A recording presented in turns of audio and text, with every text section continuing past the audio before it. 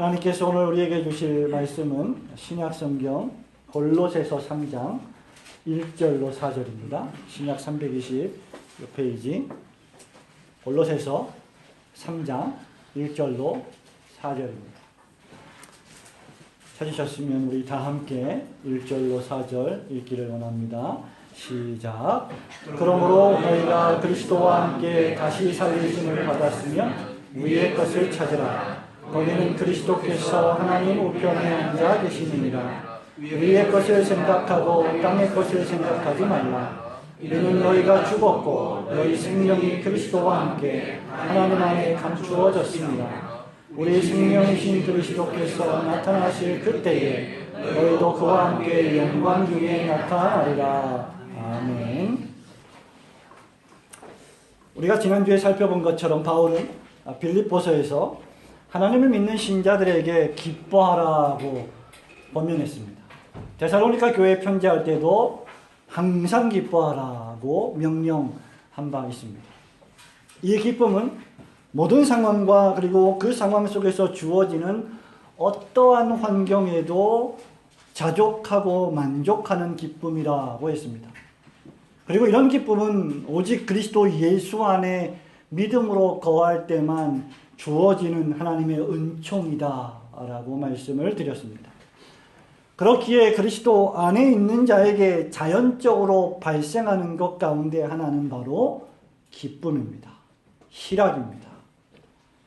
예수 그리스도를 믿으면 어떤 상황 속에서도 기뻐할 수 있는 원동력이 생긴다는 것이지요. 그것은 여러분이 또는 제가 그런 기쁨을 만들어낼 수 있는 능력자여서가 아니라 여러분 안에 계신 그리스도께서 끊임없이 샘솟는 생명의 샘물처럼 기쁨을 제공하시는 구원자이시기 때문입니다. 따라서 그리스도를 믿는데 기쁨이 없을 수 없습니다.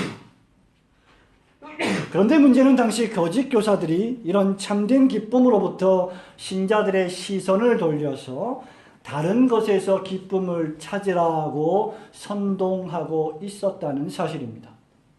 특별히 이런 문제가 바로 골로새 교회의 골칫덩어리였습니다. 당시 골로새 교회의 지도자였던 에바브라는 이 문제를 바울에게 상의해야만 했습니다. 로마의 감옥에 갇혀있던 바울에게 이 문제를 들고 에바브라는 갔습니다. 이 문제를 들었던 바울이 인생의 마지막 순교를 앞두고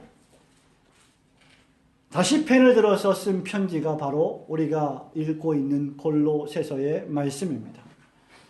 바울은 이 골로새 교인들을 향하여 쓴 편지의 1장 5절과 23절에서 골로새 성도들아, 너희가 원래 들었던 진리의 말씀을 생각해야 한다. 너에게 전해진 그 복음의 터 위에 두 발을 딛고 굳게 서 있어야 한다. 흔들려서는 안 된다라고 권면하고 있습니다. 그리고 2장에서는 너희들이 복음을 진정으로 믿는다면 쓸데없는 세상의 교묘한 말들이나 대단히 신비해 보이고 대단히 영적으로 보이고 대단히 경건해 보이지만 개똥철학인 이교 사상에 심취하지 말라고 경고하고 있습니다. 그렇게 하면서 바울은 복음의 실체이신 오직 그리스도 예수께 너희의 모든 시선을 고정하라고 계속하여 명령합니다. 그것이 바로 오늘 우리가 살펴보는 3장 1절부터 4절 본문의 핵심입니다. 여기서 바울은 위의 것을 생각해라. 위의 것을 추구해라. 위의 것을 생각하고 땅의 것을 생각하지 말라고 명령하고 있습니다. 그러면서 그 이유를 몇 가지 밝히고 있지요. 왜 우리는 위의 것을 생각해야만 합니까? 그 첫 번째 이유는 바로 예수 그리스도께서 하나님 우편에 앉아 계시기 때문입니다. 1절과 2절 말씀 함께 읽어보겠습니다. 그러므로 너희가 시작. 그러므로 너희가 그리스도와 함께 다시 살리심을 받았으면 위의 것을 찾으라. 거기는 그리스도께서 하나님 우편에 앉아 계시느니라. 위의 것을 생각하고 땅의 것을 생각하지 말라. 이렇게 분명히 명령으로 말하고 있습니다. 지금 바울은 우리에게 너희들이 눈이 있다면 그 눈을 들어서 너희들의 시선을 그리스도에게 고정시키라고 말씀하고 있는 것이죠. 바울은 이렇게 말합니다. 그러므로 위의 것을 찾으라. 거기는 그리스도께서 하나님 보좌 우편에 앉아 계신다. 바울은 1절에서 그리스도를 2번이나 언급하고 있습니다. 아니, 여기 1절부터 4절 전체에서 무려 5번이나 그리스도를 언급하고 있습니다. 이 본문의 전체 핵심이 무엇입니까? 그리스도. 오직 그분 한 분 그리스도를 언급하는 것입니다. 이 그리스도가 어떤 분이십니까? 1장 15절에 보면 이 예수 그리스도는 보이지 아니하시는 하나님의 형상입니다. 모든 피조물보다 먼저 나신 분이십니다. 만물을 창조하신 분이십니다. 만물이 그 안에서 비로소 자기 자리를 찾고 제 기능을 하게 됩니다. 뿐만 아니라 18절에 보면 예수 그리스도는 몸인 교회의 머리가 되신다고 했습니다. 19절에서 하나님 아버지께서는 모든 충만으로 예수 안에 거하신다고 했습니다. 하나님 아버지를 보기를 원하는 자는 예수를 보아야 한다라고 지금 하나님은 말씀하고 계시는 것입니다. 20절에서 그리스도는 자기 피로 화평을 이루셨고 22절에서 하나님의 택한 백성들은 그 보혈로 죄를 용서하시고 누구든지 흠없고 책망할 것이 없는 자로 세우시는 분이시다라고 소개하고 있습니다. 성도 여러분, 바울이 말하고 있는 터, 만국교회들이 모든 예수 믿는 신자들이 두 발을 굳게 딛고 서 있어야 할 터, 그것이 바로 지금 말씀하고 있는 그리스도 예수이십니다. 바울이 말하는 복음이 바로 이것입니다. 신자는 어떤 사람일까요? 바로 이 복음의 실체이신 그리스도의 터 위에 굳게 서 있는 사람들이 신자입니다. 이 복음의 소망에서 흔들리지 않는 자입니다. 아니, 하나님의 은혜로 말미암아 이 터 위에 내가 서 있게 되었고 이 소망에서 흔들리지 않게 되어버린 사람들, 그들이 신자들입니다. 사도 바울이 고린도 교회 편지하면서 고린도전서 2장 2절에서 내가 그리스도와 그의 십자가에 못 박히심 외에는 아무것도 알지 아니하기로 작정했다고 한 이유도 여기에 있는 것입니다. 빌립보서 3장 7절과 8절에서 무엇이든지 바울이 자신에게 유익하고 도움이 되었던 것을 그리스도를 위하여 다 해로 여긴 이유도 그리스도 예수를 아는 지식 외에 다른 모든 지식들을 배설물로 여겼던 이유도 바로 이 때문입니다. 예수 그리스도에 비교하면 그 모든 것들은 아무것도 아니라는 것이죠. 그리스도는 기독교의 모든 것이며 그리스도는 신자의 모든 것입니다. 바울은 지금 고린도 교회 침투에 있는 각종 이단 사상, 거짓된 가르침, 신비주의적인 영성, 천사 숭배의 소용돌이 속에서 오직 너희 눈을 들어서 위의 것을 찾고 위의 것을 생각하라고 명령하고 있습니다. 혼탁한 세상 속에서 그 세상이 너희들에게 주는 이상하고 저급한 영성을 추구하지 말고 진정한 경건의 실체이신 그리스도만을 보아야 한다라는 것입니다. 우리의 모든 것 되시는 그리스도 예수께서 하나님 우편에 앉아 계시기 때문입니다. 신자가 그리스도를 찾고 신자가 그리스도를 추구하고 예수 믿는 신자가 교회를 다니면서 늘 그리스도를 생각하지 않으면 예수 그리스도 이외에 자꾸 다른 것에 눈을 돌리게 되어 있습니다. 신자가 그리스도와 그분이 하신 위대한 구속사역에 집중하지 않으면 자기도 모르는 사이에 율법주의에 빠지게 되고 자기도 모르는 사이에 도덕률 폐기론에 빠져서 방종주의로 흐르게 되고 은사주의에 빠지게 되고 신사도 운동에 미혹됩니다. 그리고 그것들이 마치 엄청나게 신기하고 신비한 것들인 것처럼 자기 마음을 완전히 거기에 빼앗겨 버립니다. 그러나 성도 여러분, 예수 그리스도보다 더 큰 신비는 없습니다.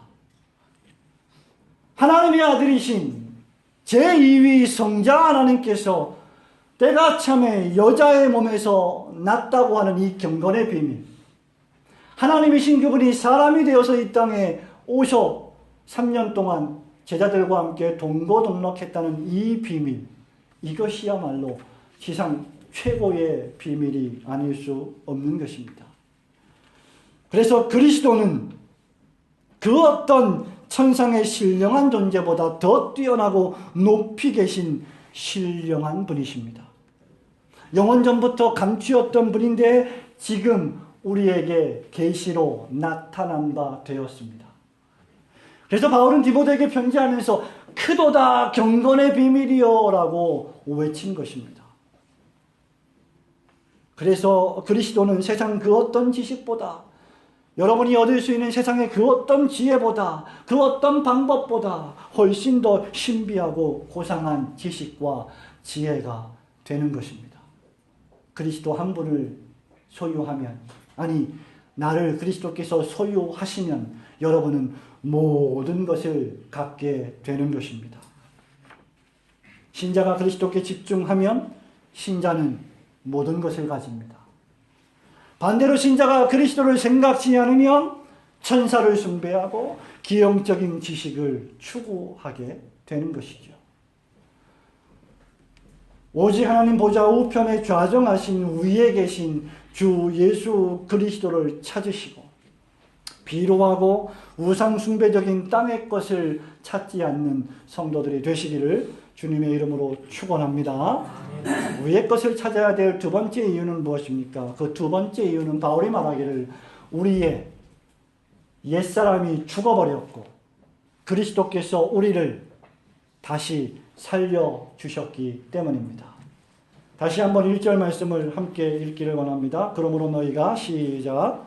그러므로 너희가 그리스도와 함께 다시 살리심을 받았으면 위의 것을 찾으라. 거기는 그리스도께서 하나님을 위하여 하시니라. 바울은 골로새 교인들에게 위의 것을 찾으라고 말하면서 전제 조건을 붙이고 있습니다. 그것이 무엇입니까?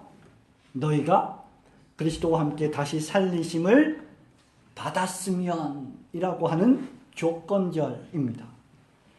만일 너희가 그렇다면이죠. 전제하는 것입니다. 만일 너희가 다시 살았다면, 너희들이 죽었었는데 너희들이 다시 살았다면, 만일 너희가 그리스도와 함께 다시 살리심을 받은 자라고 말하고 다닌다면, 더 노골적으로 말하면 너희가 그리스도와 함께 살리심을 받았기 때문에, 또는 너희가 그리스도와 함께 살리심을 받은 자라고 너희의 입으로 자랑하고 다닌다면, 그렇다면 너희는 위의 것을 찾아야 한다라는 것입니다. 나는 신자입니다. 나는 교인입니다. 나는 성도입니다. 나는 집사입니다. 나는 목사입니다. 장로입니다. 권사입니다. 라고 말하고 다닌다면, 그렇다면 너희는 위의 것을 생각해야 한다는 것이죠. 성도 여러분, 여기 1절에 찾으라는 헬라어 젤레테라고 하는 헬라어는 눈에 불을 켜고 찾고 싶은 것을 추구하고 탐구하다는 뜻입니다. 여러분이 누구를 만나고 싶어 하거나 누구를 보고 싶어 하거나 또는 어떤 모임에 참석하기를 간절히 원한다면 어떤 방법으로든지 그를 만나러 또는 그 모임에 가서 그 얻고 보고 듣고 싶은 것을 추구하게 될 것입니다. 그때 쓰는 용어가 바로 젤레테라고 하는 용어이지요. 2절에 생각하라는 헬라어 프로네이테는 생각을 그곳에 두고 그것을 기대하고 고대하라 는 것입니다. 말하자면 위의 것을 찾고 생각하라 하는 이 말은 위에 계신 그리스도, 만물 위에 뛰어나신 그리스도, 그분을 찾고 추구하고 생각하고 마음에 두고 간절히 고대하라는 말입니다. 일주일 동안 살아가신 여러분, 과연 얼마나 여러분은 주일을 고대하며 기대하며 오늘 이 아침에 나오셨습니까? 과연 우리의 주일 생활은 얼마나 타성에 젖어 있지 않는지 돌아보아야 할 필요가 있을 것입니다. 왜 바울이 젤레테와 프로네이테라는 두 단어를 썼을까요? 거짓 교사들이 바로 눈에 불을 켜고 그리스도를 떠나게 하는 다른 다양하고 잡다한 영적 부가물들을 마치 구원의 요소인 것처럼 가르치고 선동했기 때문입니다. 예를 들면 방언을 하지 않으면 구원받은 사람이 아니다. 방언을 하지 못하면 고급 신자가 아니다. 신자를 고급 신자와 저급 신자와 중급 신자와 하급 신자로 막 구분을 합니다. 얼마나 그럴듯해 보여요. 나는 저 사람보다 훨씬 더 경건해. 나는 저 사람보다 훨씬 더 영적으로 뛰어나라고 자랑할 수 있는 단서들을 제공하는 것입니다. 천사를 보지 못하면 영적인 사람이 아니다. 지금 이 예배당 공간에 50명의 천사, 수호 천사들이 우리를 지키고 있는데 천사가 보이십니까? 천사를 보지 못하면 영적인 사람이 아니다. 믿음이 없는 사람이다. 라고 신자들을 윽박지릅니다. 성령의 능력을 받아서 병을 고치지 못하고 성령을 나누어 주지 못하면, 즉 임파테이션 하지 못하면 성령이 무슨 물건입니까? 물질입니까? 성령을 받으라 하고 나누어 주게? 그런 것을 받지 못하고 나누어 주지 못하면 진정한 사도가 아니다. 진정한 목사가 아니다. 능력이 없는 목사다. 라고 말하는 것이죠. 자기 몸을 괴롭게 하고 학대하고 지나치게 금욕하고 금식해야 진정한 신자이다. 라고 생각합니다. 재산을 모두 팔아서 처분하고 탁발 수도사들처럼 길거리에서 적선을 하고 복음을 전해야만 진정한 평안과 구원을 얻는다. 라고 주장하는 것들입니다. 천사를 볼 수 있어야 하고 천사를 숭배해야만 고급 신자다. 뭐 이런 말도 안 되는 이야기들을 가르쳤던 것입니다. 당시 골로새 교회를 침투했던 거짓 교사들이 가르쳤던 내용들이고, 이런 선동에 휩쓸려 골로새 교인들 중에 일부가 앞다투어서 이런 신비하고 놀라운 현상을 추구했던 것입니다. 그러면서 그들은 진리의 말씀에서 떠났고 예수 그리스도에 고정되어 있던 시선이 점점 내려와서 세상의 유치한 것들을 추구하기 시작했던 것이죠. 바울은 이런 것들이 2장 4절에서 교묘한 말이다 라고 비판하고 있습니다. 그래서 바울이 젤레테 프로네이테라는 단어를 사용해서 똑같이 그런 쓸데없는 것들, 즉 교묘한 말로 너희를 속이는 그런 피상적이고 피부적이고 감각적인 것들을 추구하지 말고 진정한 신비이신, 우리의 생명이신, 우리의 구원이신, 우리의 경배를 받으셔야 될 유일한 왕이신 그리스도를 추구하고 찾고 생각하고 고대하라고 명령하는 것입니다. 그런데 이렇게 그리스도를 찾는 것이 바로 그리스도와 함께 다시 살리심을 받은 신자들만이 할 수 있는 특징이라는 것입니다. 그러니까 다시 살리심을 받기 전에, 즉 죄를 회개하고 예수를 영접하는 중생을 체험하기 전에, 하나님의 은총을 받기 전에, 즉 죽은 상태에서 그 죽은 상태가 다시 살아나는 상태의 변화가 없이는 결코 우리 스스로 그리스도를 찾을 능력이 없다는 것입니다. 여러분의 경험이나 여러분의 지식이나 지혜로 여러분 자신의 죄를 깨닫고 피할 길은 전혀 없습니다. 우리는 얼마나 교만한지, 다른 모든 사람들은 죄인이라고 생각을 해도 나 자신만큼은 죄인이 아니라고 생각하는 대단히 교만한 죄인들입니다.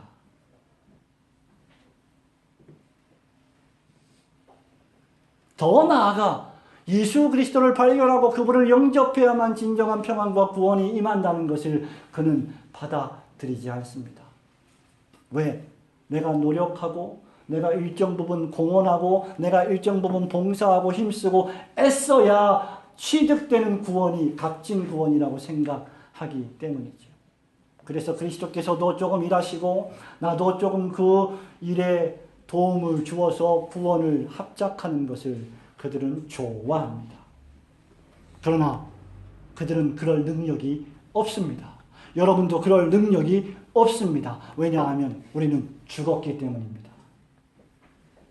그러므로 여러분이 자신의 죄인임을 분명히 깨달았다면, 여러분이 스스로 나는 정말 죄인입니다, 나를 불쌍히 여겨주세요라고 세리처럼 기도한다면 진정 여러분은 다시 살리심을 받은 증거를 갖고 있는 것입니다.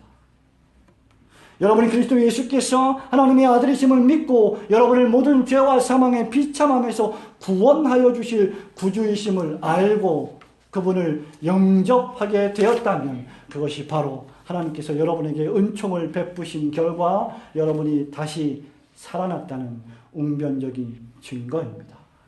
그렇게 지금 바울은 너희가 다시 살리심을 받았다면, 즉 너희가 너희 죄로 말미암아 죽었다가 그리스도의 보혈로 다시 살아났다면, 그리고 그렇게 믿는다면 너희는 그리스도를 찾아야 되고 생각해야 된다는 것입니다.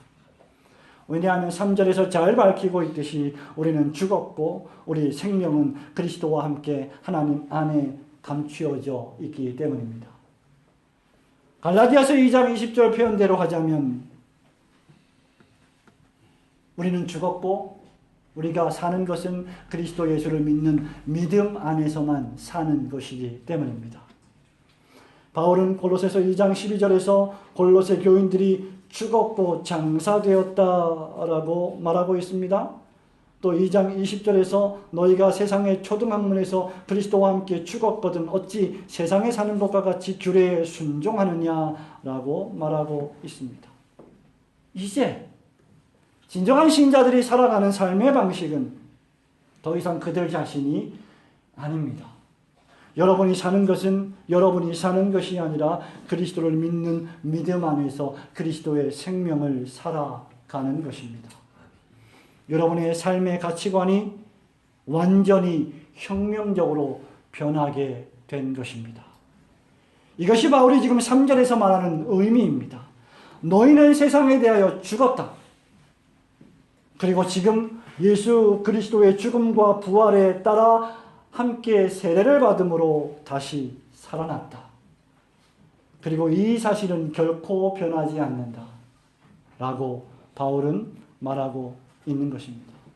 성도 여러분, 그런데 예수를 믿는 사람이 이렇게 그리스도와 함께 다시 살리심을 받았다면 예수 그리스도를 바로 찾아야만 합니다.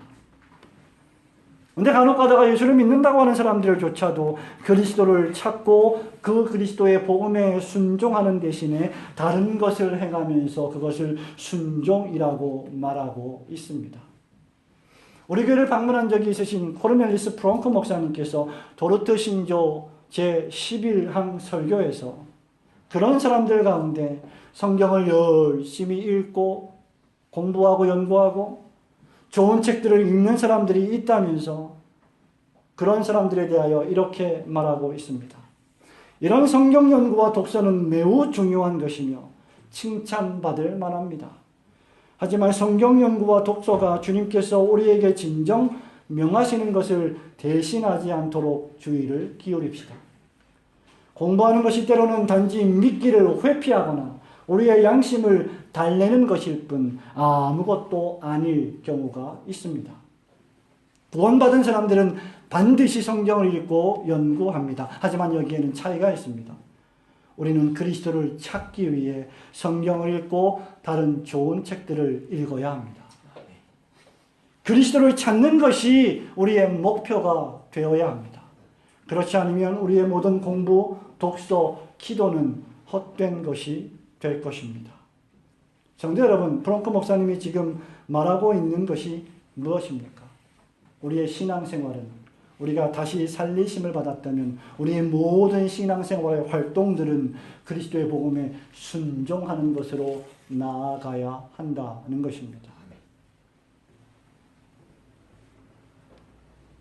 만일 여러분이 지금 온 마음 다해서 그리스도를 찾고 생각하고 계시다면 여러분은 다시 살리심을 받은 것인데 다시 살리심을 받았다면 이제 우리의 행위를 그리스도 안에 고정시켜서 바르게 행위할 필요가 있습니다.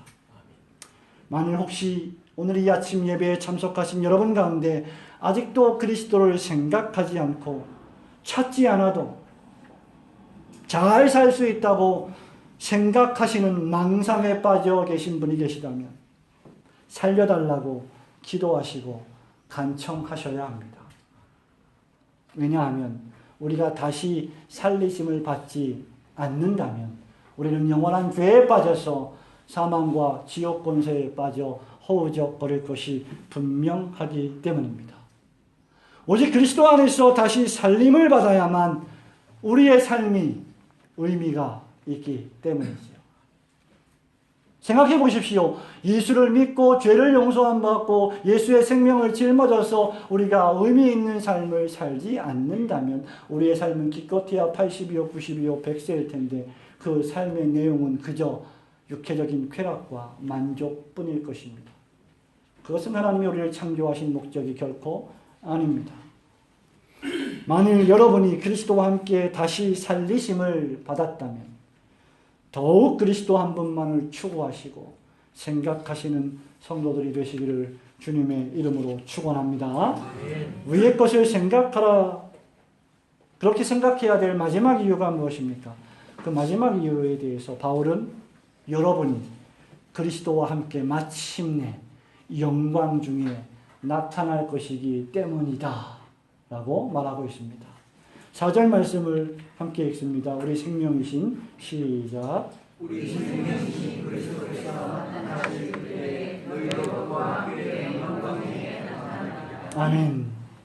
바울은 한 가지 이유를 더 말하고 있습니다. 여러분들은 왜 그리스도만을 추구하고 생각해야 할까요? 예수를 믿는 우리 학생들, 우리 주일학교 중고등부 청년대학부 학생들, 왜 우리는 공부를 하면서도 예수님을 생각해야 할까요?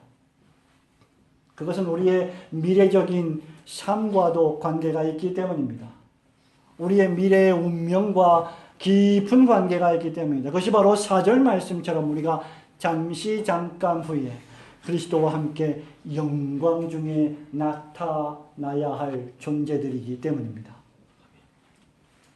우리가 그리스도를 추구하면서 그분을 생각하며 경건하게 살아가면서 그리스도를 기다린다면 그분이 다시 나타나실 그때에 우리도 주 예수 그리스도와 함께 영광스럽게 변화하여 나타날 것이다 라고 바울은 말합니다. 그리스도께서 재림하실 때 그리스도는 초림 때와 달리 영광스럽고 위엄 있게 완전하게 나타날 텐데 그때 골로새 교인들도 그리스도의 영광스러운 곁에서 영광스럽게 나타날 것이다 라고 말하는 것입니다. 이것은 하나님의 백성들이 그리스도와 함께 공유할 놀라운 영광입니다. 수많은 성경 구절이 이 영광을 말하고 있지만 로마서와 고린도후서 한 말씀만 인용하는 것으로 족할 것입니다.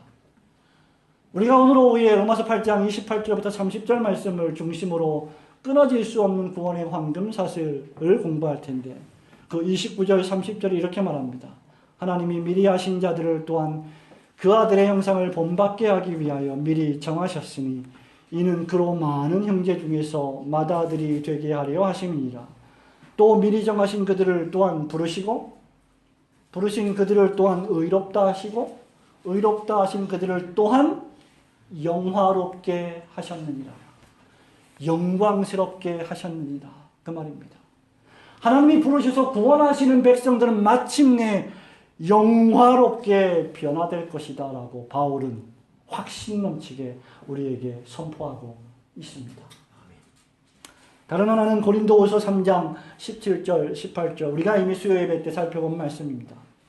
주는 영이시니 주의 영이 계신 곳에는 자유가 있느니라.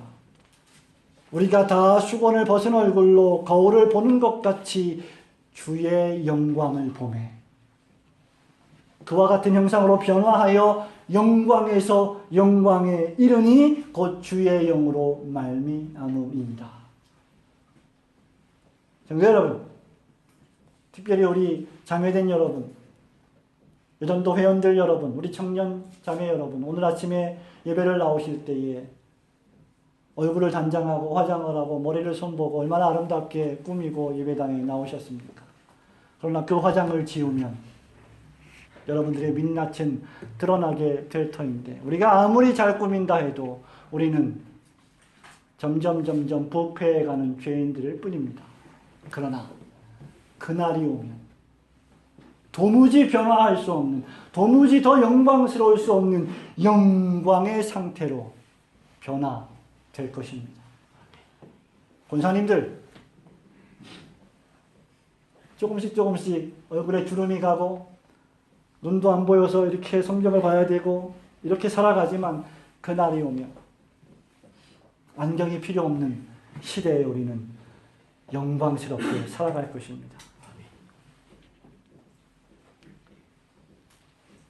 바로 이런 이유 때문에 우리는 더욱더 그리스도와 연합된 신자로서 그리스도를 추구하고 묵상하고 생각하며 살아야 합니다.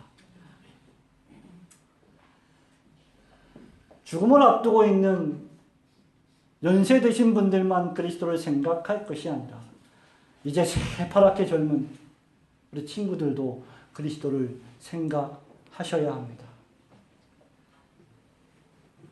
바로 이런 이유 때문에 바울은 이어지는 5절부터 위의 것을 추구하는 삶의 방식을 설명하기 시작하는 것입니다. 그것은 땅에 있는 죄의 지체를 날마다 죽이는 것입니다. 9절에서 옛사람과 그 행위를 벗어버리는 것입니다. 그 대표적인 모습이 무엇입니까? 거짓을 버리고 음란과 부정과 사욕과 악한 정욕과 탐심을 버리는 것입니다. 여기서 강조되는 것이 무엇입니까? 바로 그리스도의 새로운 말씀 앞에 순종하는 삶. 옛사람을 벗어버리고 새 사람을 입는 사람이 나타내는 삶입니다. 그것이 갈라디아서 5장에서 말하고 있는 성령의 9가지 특징으로서의 열매입니다. 이 삶은 우리가 그리스도가 누구신지를 깨닫고 그리스도 안에서 새로운 관계를 형성할 때 우리 삶에서 드러나기 시작하는 놀라운 변화입니다. 이런 삶은 회칠한 무덤으로 가득했던 바리새인들처럼 본질은 내면은 영혼은 변하지 않았는데 겉모양만 경건스럽게 변한 삶이 아닙니다. 우리는 치장하고 우리는 가장하는 데 명수이지만 우리는 하나님을 속일 수는 없습니다. 우리 집에는 소파가 하나 있는데 언제 산지 모르는 소파입니다. 너무 오래되다 보니 쿠션이 주저앉았고 심지어 앉는 자리에 가죽이 헤어지다 못해 찢어졌습니다. 그래서 임시방편으로 그 위에다가 셀로 테이프를 붙이고 그 위에다 얇은 이불을 깔아서 흉측한 모습을 가려 놓았습니다. 골로새 교회를 흔들었던 거짓 교사들과 교인들이 하는 짓이 바로 이런 것들이었습니다. 천사를 숭배하고 신비한 지식을 가졌다고 영지주의자들처럼 자랑하고 각종 고행으로 자신은 다른 사람들보다 좀 더 높은 수준에 있는 등급의 신자라고 단장하는 것 말입니다. 이것은 영광 중에 다시 오실 예수 그리스도와 함께 영광 중에 나타날 우리의 삶의 모습이 아닙니다. 진정한 신자의 삶은 이런 옛사람은 죽어버리고 오직 그리스도께서 우리 안에서 다시 살려주신 새롭게 변화된 마음으로 살아가는 새 사람의 삶입니다. 사랑하는 성도 여러분, 말씀을 했습니다. 빌립보 교인들이 진짜 기쁨을 잃어버렸다면 골로새 교인들은 다른 곳에서 진짜 기쁨을 추구하려고 했습니다.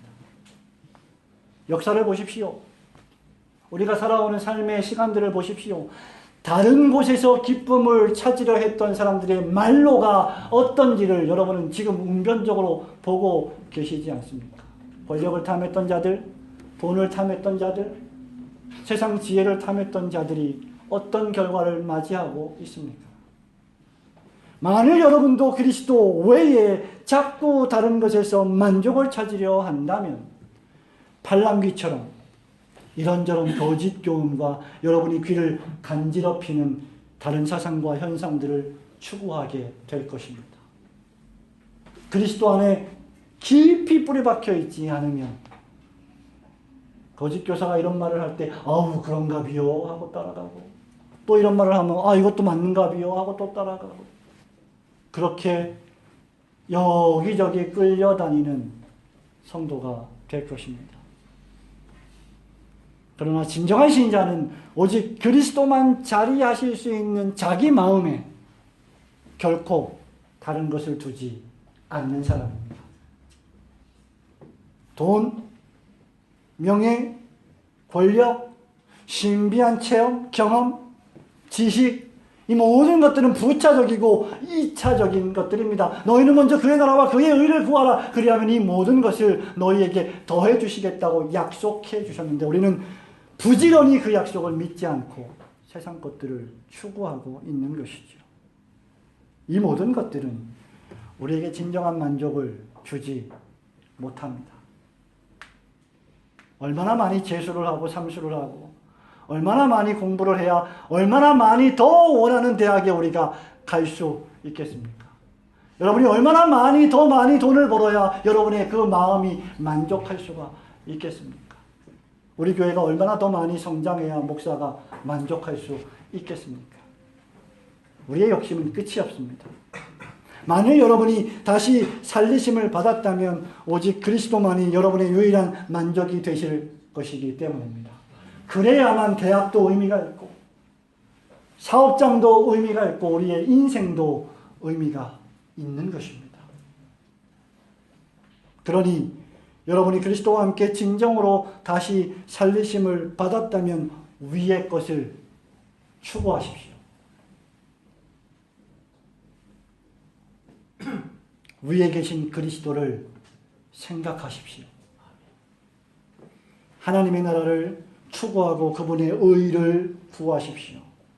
여러분의 전 인생과 물질과 능력과 지식과 지혜를 다 동원하여서 그것들을 낭비하지 말고 하나님의 영광을 위하여 공부하고 하나님의 영광을 위하여 대학에 들어가고 하나님의 영광을 위하여 사업을 하고 직장 생활을 하면서 하나님을 사랑하고 사람을 사랑하며 그리스도의 진리의 말씀을 온 천하에 전파하는 일에 그 모든 것들을 다 사용하십시오.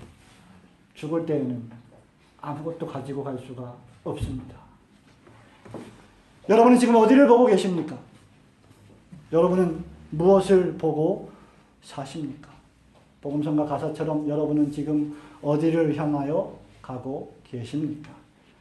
오직 하늘에 계신 위에 계신 그리스도를 바라보고 그리스도를 향하여서 힘차게 오늘도 내일도 모레도 예수님처럼 달려나가시는 성도들이 되시기를 주님의 이름으로 축원합니다.